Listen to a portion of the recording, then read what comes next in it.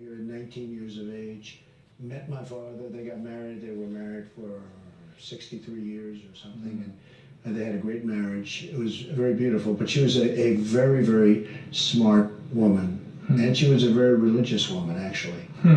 Tell me about, we're talking about women. There's been a lot of confusion, controversy out on the trail. When I travel the country, people say, I'd like to vote for Donald Trump, but I don't think I could look my wife and my daughter in the eye if I did so. They're reacting to those Billy Bush comments and the reaction to some of these people who are accusing you across the country. What do you say to them? Well, that never happened. Those were artificial, they were made up, just like at the rallies where they made up, they brought the protesters in, they paid them, they were thugs, and they paid them, I guess, $1,500 or something, and an iPhone.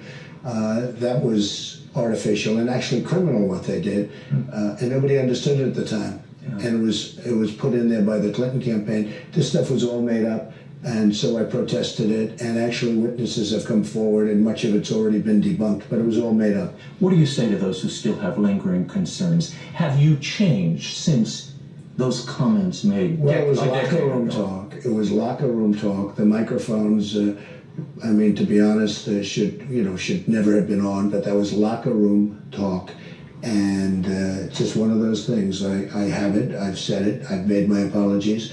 But again, just one of those things. I want to read something Newt Gingrich recently said about you. He said, he is a transformational figure, but one that reacts very intensely, almost uncontrollably, to anything that attacks his own sense of integrity. Do you regret some of the reactions you've made over this election season, and perhaps the way you phrased those reactions? Well, I started with 17 people, and it was a very, very nasty primary, and they were nasty to me. People think I was nasty, but they were nasty to me, and I ended up winning. But no, look, you can't go back. You have to look forward. This was a nasty campaign, and people don't mention, but they were nasty to me. I think in many cases they were nastier to me than I was to them. And as a president, you wouldn't react that way? No, I don't think so. It depends. You react different way for different people.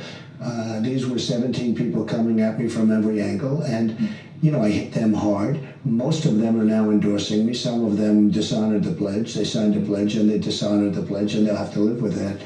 But most of them have endorsed me. I want to get into some issues. Okay. You weren't always pro-life, but you now are determinedly and decidedly pro-life. I am pro-life. You said you're going to appoint judges who are pro-life.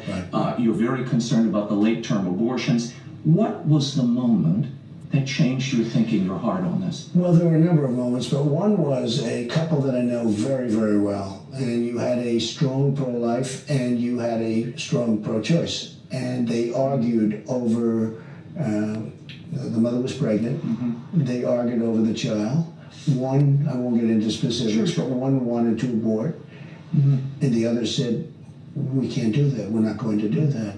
Anyway, they had the baby, it's a long time ago, and the baby is such a magnificent person who I know, a magnificent person, and the person that was actually pro-choice is now pro-life because of it. And it had a big effect on me.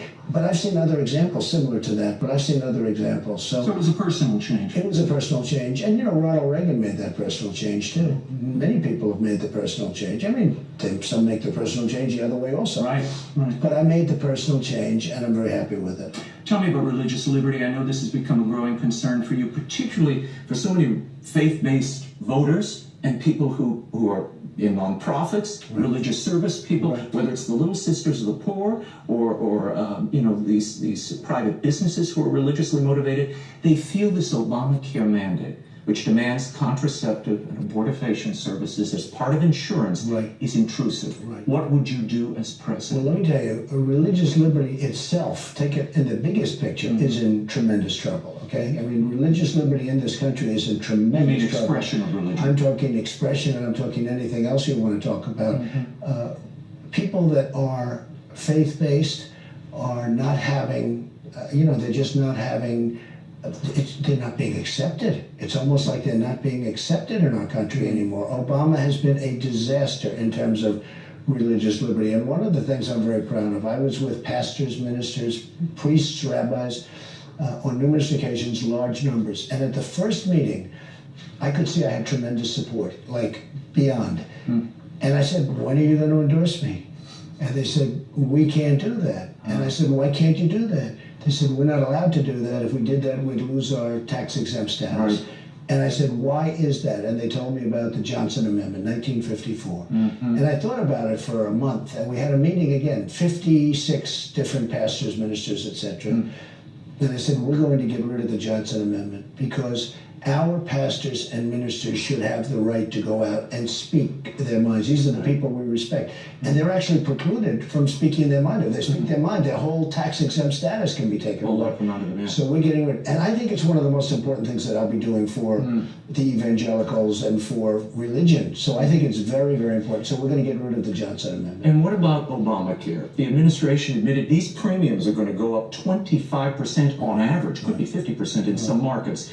Given that, and this religious objection to the Obamacare mandate, what are you going to do as president? Obamacare is killing our country. It's killing our jobs. It's a disaster. I've been saying it for a long time. I've been talking about it for a long time before it was even approved. Whether it's healthcare savings accounts, by the way, there are many things, but healthcare savings accounts are phenomenal. You have to break up the lines between the states so that we have competition. Once you create competition, those numbers will go so low, but you have to repeal and replace Obamacare. It's a disaster. And the number of 25%, Washington came out to say, I'm sorry to say your number's going up 25%. It's wrong. It's going up 50%, 60%, 70%, and next year it's going to go up again. It's going to get worse. And Hillary Clinton wants to keep Obamacare going, and people are going to be paying hundreds. I mean, when you really look at it, they'll be paying 150%. It doesn't work. It's no good on its face. It doesn't work. Never would have worked. Should have never been approved. It was approved by a lie. I mean, let's face it. At the last presidential debate, Donald Trump was asked this question. Do you make the same commitment that you will absolutely accept the result of this election? I will look at it at the time. I'm not looking at anything now. I'll look at it at the time. I will tell you at the time. I'll keep you in suspense. You mentioned Hillary Clinton. She is saying your unwillingness to accept the election results, which happened at the last debate, she says this poses a direct threat to our democracy. Does it? Well, you know who said the same thing, and I won the last debate according to everybody. I won it easily. But you know who it really said it pretty well was Obama. When he was running in his first election, they asked him the same question, and he talked about rigged elections and rigged everything else.